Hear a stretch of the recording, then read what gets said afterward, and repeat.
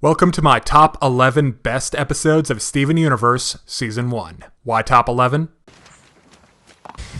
Do I really look like a guy with a plan?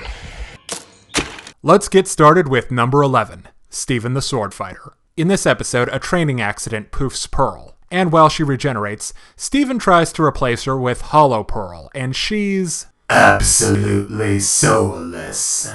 I was gonna say bad company, but yeah. First off, this episode has one hell of an action scene, in the form of a sword fight between Pearl and Hollow Pearl. It's well animated and set to very classy music. It was also hilarious and informative to see just how much the house goes downhill without Pearl to keep order. As are the interactions between Garnet and Amethyst. Seriously, Sugalite makes so much sense. Amethyst is comedy MVP, by the way. We also get to see what Pearl means to Steven with some great emotional moments. And the little guy gets to throw down with Hollow Pearl. Kinda. It's really more like running for his life. And Steven the Sword Fighter also has one of the most shocking moments on the show. You know the one I'm talking about. But if I was gonna nitpick, why does it take Pearl 2 weeks to regen? And for a show that loves its own continuity so much, why do they never reference Pearl's favorite tree being cut down by a balloon sword somehow? Number 10. Tiger Millionaire. After one of her many arguments with Pearl, Amethyst runs off for parts unknown. Steven follows and discovers that she's the notorious wrestling villain, the Purple Puma. So he invents a persona of his own, Tiger Millionaire. And together they become a heel act par excellence. First off, Amethyst and Steven are great together. There's a lot of hyperactive sugar-fueled energy at work. And since Amethyst is the least responsible of the crystal gems, it makes the action pretty unpredictable and very fun. There's lots of cool stuff going on, like Amethyst power slamming bozos in the ring. Oh, that can't be legal. Who cares? And there's a moment when her and Garnet throw down. Speaking of, Pearl and Garnet have a great scene, where they crash the party and try to put the kibosh on the dynamic duo here. But after some wise words from Steven, they let it go, even though Pearl is in Helen Lovejoy mode. And finally, Tiger Millionaire pulls off a near miracle by making Lars likable. Apparently, the secret is having him drop his douchey cool act, and show a little enthusiasm. Number 9. An Indirect Kiss. In this episode, Steven tells Connie about how he tried to help Amethyst after her gem was cracked in a freak accident. This is both a Steven and Amethyst episode as well as a Steven and Connie story, and it does a good job showing how much Steven cares about them both, and how much they care about him. There's also some nice world building going on, as we learn more about gem physiology, Rose's healing tears, and we see a neat new location, Rose's Fountain, which is populated by killer vines and plant monsters. Oh, and Steven's healing spit, of course. It's kinda nasty, but helpful, I guess. On the comedy front, Amethyst is funny as always, but Pearl may take the title on this one. She's delightfully high-strung, and her ending lines to Steven are, as funny as they are emotionally devastating. Well, I wouldn't call them devastating. You'll go further in life calling things what they are, Private. Number 8. The Test.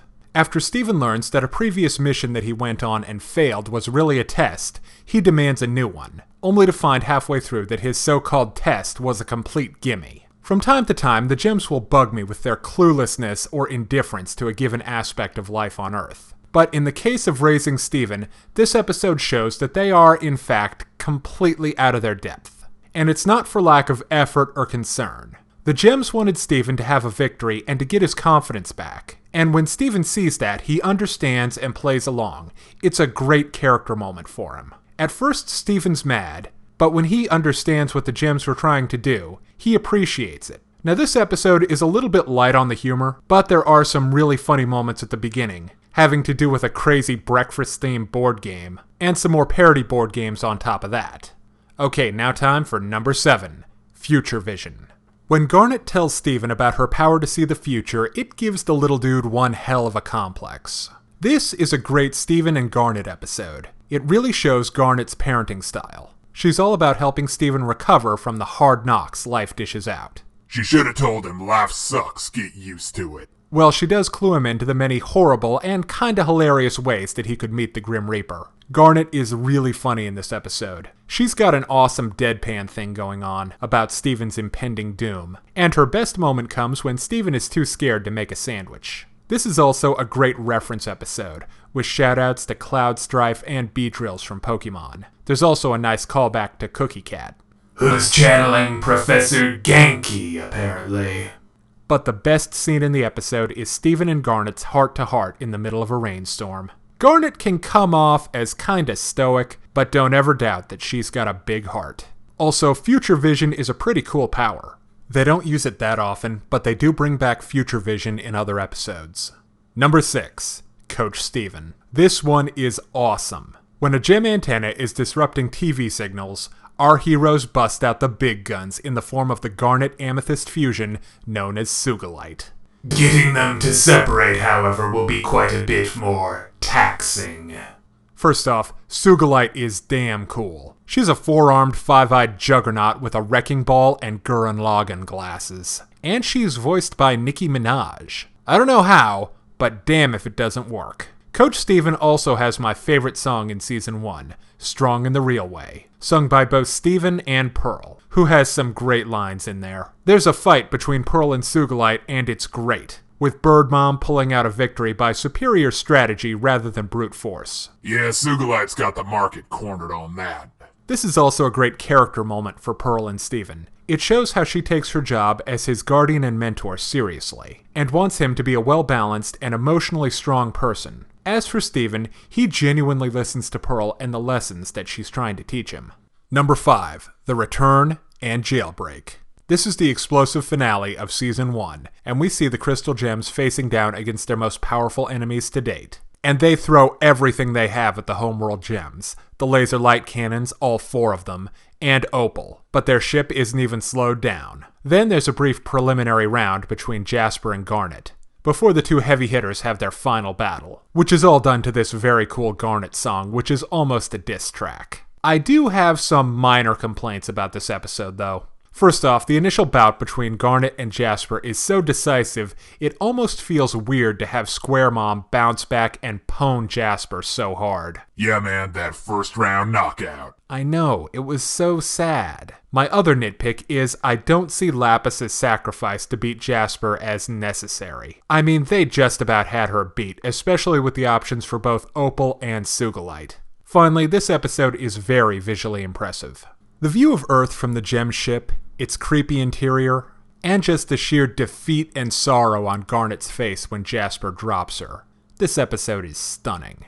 Number 4. On the Run. This is without a doubt the best Amethyst episode. We're clued into the origins of Purple Mom and the kindergarten, which is a very spooky place indeed. Those human-shaped holes and the way Amethyst slides into hers. It's spooky.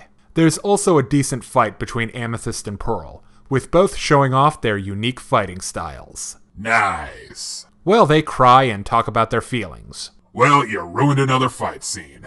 Thanks, Steve-O. But there are other great scenes with Amethyst and Pearl, like their reconciliatory hug. And On the Run is a great lore episode, giving some interesting details on what exactly the gems were up to on Earth, what caused their civil war, and how the gems reproduce. Next, Number 3. Garnet's Universe. This one wins the Kawaii Desu Award for cutest episode of the season. The basic idea is Steven is telling a story about Garnet's journey through Super Mario Dragon Ball Z Land to recover a gem artifact. They change up the art style for something a little more kawaii. Private, if you say that word one more time, I will duct tape you to the next flight headed to Japan. Right, stopping now. The point is, the whole thing is darling, and absolutely full of homages to anime and video games. Oh, isn't that precious? Steven's a weeaboo. The action scenes are the kind of preposterous awesomeness you only find in anime. As for character stuff, Garnet and Steven only have one scene together, but it's super Private. cool, and it shows how much they care about each other. Number 2. Giant Woman. This is an Amethyst and Pearl episode, with Steven as the moderator. When the team has a major setback on their mission to collect a magic beetle thing, Amethyst and Pearl need to get over there and bust out their fusion Opal to save the day. Opal is probably my favorite fusion so far. Personality-wise, unlike Sugalite, who gets the worst of Garnet and Amethyst, Opal gets the best of Amethyst and Pearl. She gets Pearl's caring and protectiveness, balanced with Amethyst's playfulness and spontaneity. Physically, Opal's around 18 to 20 feet tall. Yep, that's a giant woman, alright. And she's rocking a sweet longbow that can take out whole groups of baddies with exploding arrows. But getting this awesome fusion is hard, cause the conflicting personalities of Pearl and Amethyst make her darn unstable. We see lots of scenes of the two of them fighting, and a few of them working together. This gives good insight into their relationship. Also, the new location known as the Sky Spire is one of the prettiest on the show. It's very mysterious and exotic with a serious airbender vibe to it. Finally, there's a nice song courtesy of Young Master Universe, called Giant Woman, obviously. It's a nice tune with funny lyrics and cute visuals to go along with it. So an all-around great episode. But now it's time for the #1 best episode of Steven Universe Season 1, Mirror Gem and Ocean Gem. This is the first appearance of Lapis Lazuli, and man, is this a great set of episodes. Let's start with Lapis. She really reminds me of Princess Luna, Queen Elsa, and Raven in a lot of ways. She's massively OP, and she's driven by kinda negative emotions, like fear, pain, loneliness, and sadness. All that emotional baggage really leaves what she's going to do next in doubt. But they make the excellent choice of showing us the positive aspects of Lapis first. After all, you only get one chance to make a first impression. We see Lapis and Steven becoming friends.